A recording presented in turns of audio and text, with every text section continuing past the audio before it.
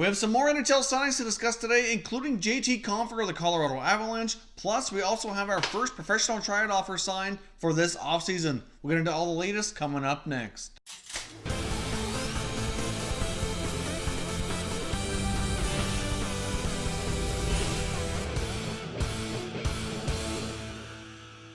Welcome back here to Top Shelf Hockey. Now, as I mentioned, we have some more breaking news with some variety of NHL signings here across the league. We're going to get started with the most significant of the bunch here today, and that's JT Compher of the Colorado Avalanche, signing a 4-year contract extension at $3.5 million. Now, JT Compher certainly continued to evolve here over the past couple of seasons. Of course, Colorado acquired him from Buffalo in a Ryan O'Reilly trade a few years ago, and he's been developing into a pretty important player for them. Put up 16 goals and 16 assists last year for 32 points, and he didn't play in all games. I think it was in 66 games he put that up here. So if you project that out over a full 82-game season, he certainly has a 20-goal potential there for sure, and could become a very important part of that secondary scoring for Colorado. I mean, oftentimes with the Avalanche, we're kind of known as a top-line heavy team here. The top three between McKinnon, Rantanen, and Landeskog certainly carry the bulk of the load and do the bulk of the scoring. But for that team to really continue to improve and to become a deeper team with more likely chance to be a contender, they need more secondary scoring on a more consistent basis here. And I do think JT Compher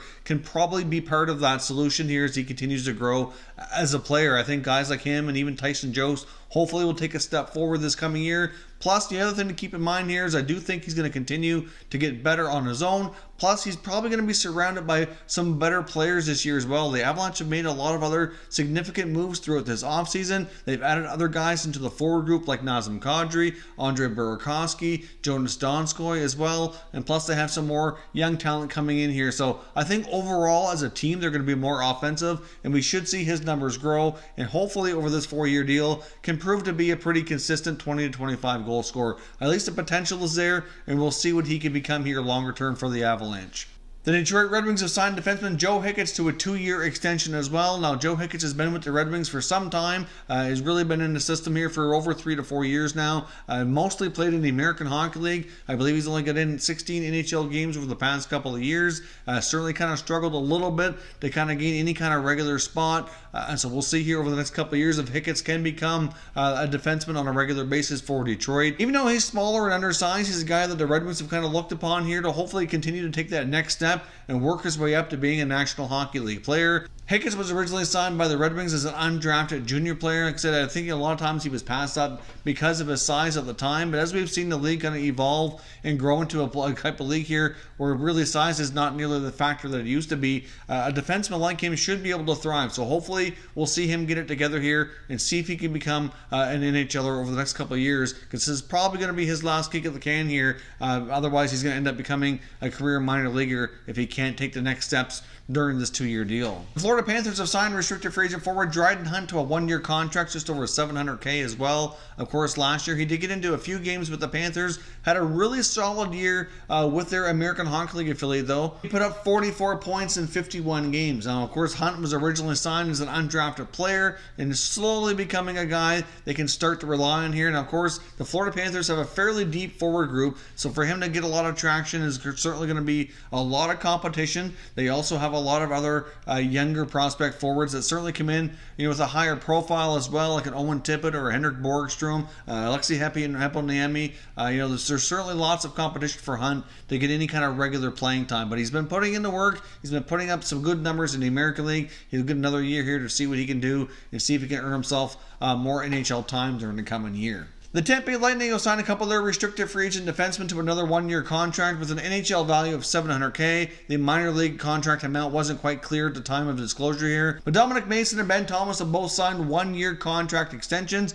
I would fully suspect, given the depth of the organization, that they will remain minor leaguers and play in the American Hockey League, but hopefully have some experience down there to help their younger defensemen who are looking for an opportunity to move up to the NHL. We have our first professional tryout offer signed for the offseason so far as well. Chris Stewart has signed one with the Philadelphia Flyers, so he will attend training camp and attempt to earn himself an opportunity to get back into the NHL. Chris Stewart last played in the NHL 2 seasons ago, where he was under contract with the Minnesota Wild, was traded to the Calgary Flames at the deadline, and then last year he ended up playing in the EIHL over in the UK. Now, I guess the connection here would likely be that the Minnesota Wild were the last NHL team to give him a contract, and of course their GM at that time was Chuck Fletcher, who's now the GM of the Philadelphia Flyers, giving him this other opportunity. So I'm assuming Fletcher must be a fan of his game and obviously must have seen enough for what he's been playing over in the UK to give him another opportunity with the Flyers. But I would imagine that with the amount of depth that the Flyers have at the forward position,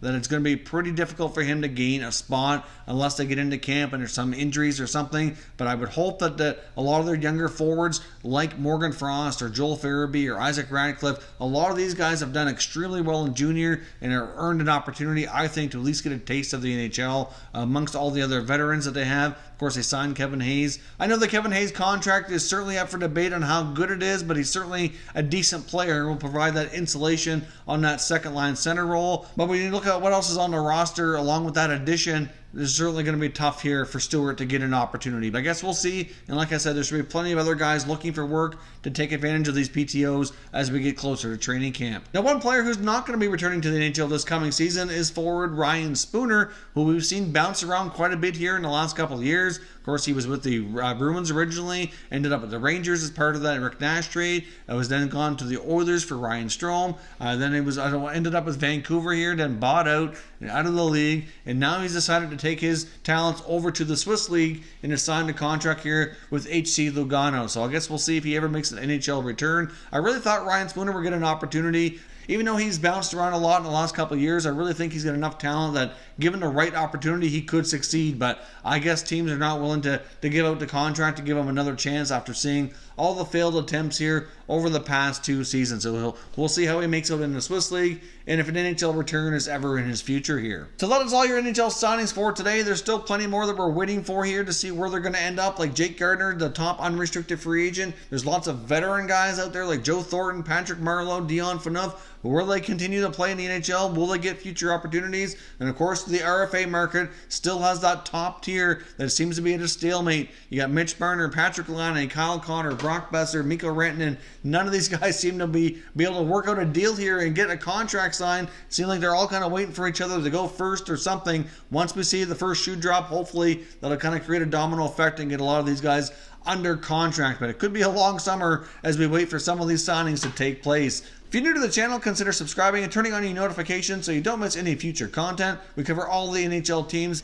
and we'll keep you up to date on all the latest breaking news. Thank you very much for watching, and I will catch you next time.